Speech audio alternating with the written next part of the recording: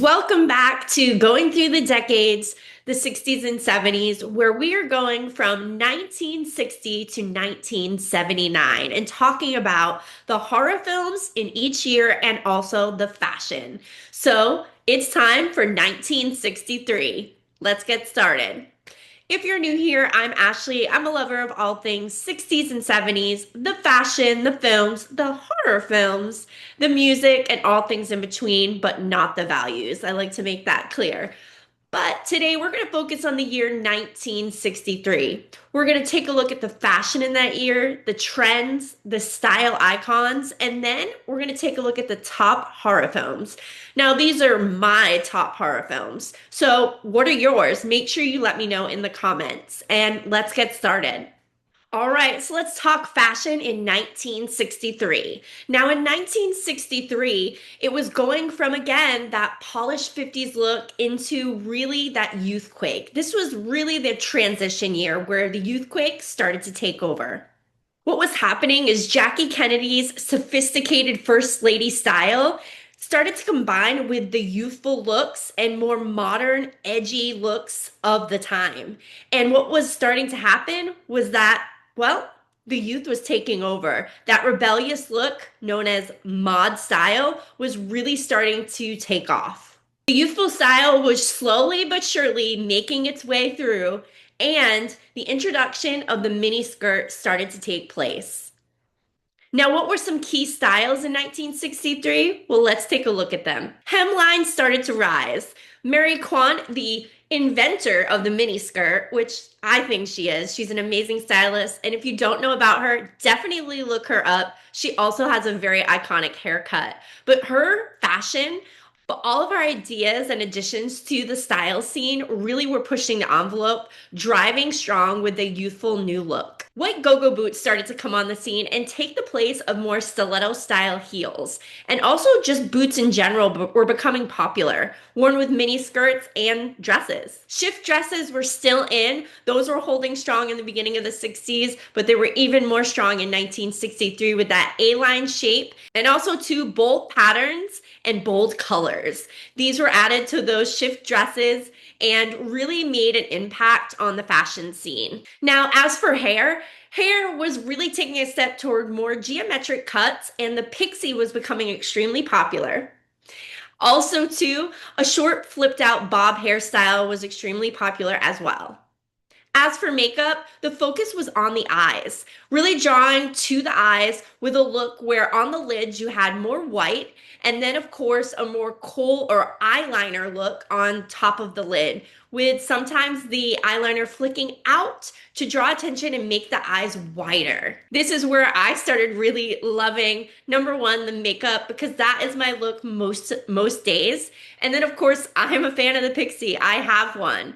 I had one for years back, and then I let my hair grow out. But honestly, I feel like the pixie is kind of like my signature haircut. I love it. But also, too, I see pictures of all these amazing like hairstyles in the 60s and 70s, and I want to grow my hair out sometimes. So, you never know what's going to happen with my hair. Now, some style icons of that time were again on the list Jackie Kennedy for her sophisticated, chic style that really was a shift from first ladies of the past. Then, of course, Audrey Hepburn, who really put into play cigarette pants, had this like chic sophistication to her. Mary Quant is again on the list, the creator of the miniskirt and really pushing the envelope with fashion. She also had this ultimate geometric haircut that was just iconic, and she was known for that as well. Brigitte Bardot, of course, was on the list again, and Jean Shrimpton, who was also known as the Shrimp.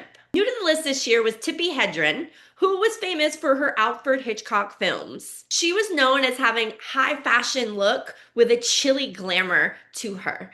And that was something that really stood out. Also making a mark as fashion icons were the Beatles with their moppy haircuts, which put that on trend, as well as their really fitted suits and Beatles shoes. These were things that were pushing the envelope again and making this year a transition year for fashion and pushing it more towards modern styles. 1963, let's talk about it. Let's talk about the horror films in 1963. It was really bridging the gap from the gothic horror that we knew in the past to more of a psychological thriller. And a lot of the films on my list are a combination of both, where they're taking that gothic atmosphere but mixing it up with the psychological thriller that we know and love of the 60s. First up on the list is The Birds by Alfred Hitchcock. If you know horror, you know this movie, and if you don't, you better go watch it because it is a horror classic and often makes a lot of people have a phobia of birds. Now, what's this movie about? It's about Melanie, who meets Mitch in a San Francisco pet stores and decides to follow him home. She brings with her a gift of two lovebirds, and they strike up a romance. One day, birds start attacking children at Mitch's sister's party. A huge assault starts on the town by attacking birds, and there goes the whole film. So it really is a classic. If you have seen like Psycho, which was mentioned in a previous year, it is really just a classic, just as Psycho is. It's filmed in the iconic way Alfred Hitchcock filmed, and it has great fashion within the film itself. Really iconic 1963 fashion. A lot of combinations because again, remember I said this was a transition year. It was a combination of that sophistication and really pushing the envelope in a more modern look. Next up on the list is The Haunting, which was actually adapted from the 1959 novel The Haunting on Hill House, which may sound very familiar. It's a psychological thriller where you really have to go into the heads of the people starring in the film, and they go through these series of hauntings, but also you think, is this psychological? Is this in their heads? And it truly is a great movie. A lot of gothic atmosphere, which I love. And it really combines both that gothic horror and psychological thriller. Now, the plot of The Haunting is well, Dr. John Markway, an anthropologist with an interest in psychic phenomena, takes two selected women to Hill House, a reportedly haunted mansion. Eleanor, a lonely, eccentric woman with a supernatural event in her past, and the bold Theodora, who has ESP, join John and the mansion heir, a cynical Luke.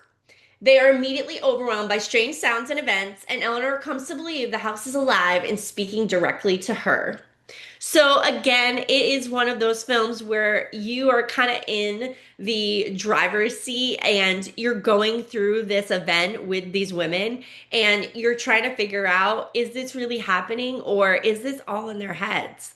And it's a great movie. Again, the atmosphere is just that classic gothic atmosphere that if you love horror, you will absolutely love it. And really, it is a good transition film from the movie from the movies of the 50s because we're used to those classic Universal monster movies, and this has that atmosphere, but then it's like this psychological thriller, which is a combination of both and a really great example of horror in 1963. Lastly on the list is Black Sabbath. No, not the band, but the movie. There actually is a movie. What I love about this movie is Boris Karloff is the narrator. And if you don't know, Boris Karloff is the actor that played the original Frankenstein in about 3 movies, and he is iconic. And he also narrates a lot of things. If you don't know, he also narrates a 60s film known as How the Grinch Stole Christmas. Yeah, that classic cartoon that comes on every year, that is Boris Karloff's voice, aka Frankenstein. What a connection. And what I wouldn't give to meet Boris Karloff. Like, he is one person that I wish I could have met because he is, I think, a horror icon. Now, Black Sabbath is more of an anthology series, and it takes you through 3 different stories. The 3 films, The Telephone, The Vertidac, and The Drop of Water, are all individual stories that take you through a very gothic scenery, which again, I love. They're combining that. And some of them are, yes, kind of psychological thrillers, but others are just classic horrors. And the color in this is just so beautiful, the way it's shot. Also, the fashion is really cool in it, very gothic and has that like 60s spin on it, which I love. It really reminds me of some of the Hammer horror films of that time. And it really is a cool, kind of different movie because this was a little bit new with putting a movie out that's an anthology series. And it kind of makes me think, did maybe John Carpenter get inspired by Black Sabbath? And that's the reason he wanted to make the Halloween series an anthology series, which he didn't really do. He tried to do it with Halloween 3, but we see that didn't work. People wanted Michael Myers back. So this film is really different, and I like that. And also, of course, I hold a special place in my heart for good old Boris Karloff. He not just only narrates, he's like in it physically. So I know when you think narrator, you think he's just like voicing things, but he's also in it. So it's definitely something different to check out in horror for 1963. And ultimately, those are my top three picks of horror films from 1963. And don't worry, that isn't our last stop because we have the whole rest of the 60s and 70s to go through. So that's just the year 1963, a year of transition, which is going to lead us into some big changes in the next years to come. Next up will be 1964. So make sure you subscribe and you click the little bell so you know when my next video drops. Also, hit share and like. That would mean the world to me. And just thank you so much for watching. I appreciate it. If you love horror, you love fashion, this is the place for you. And I will see you next time.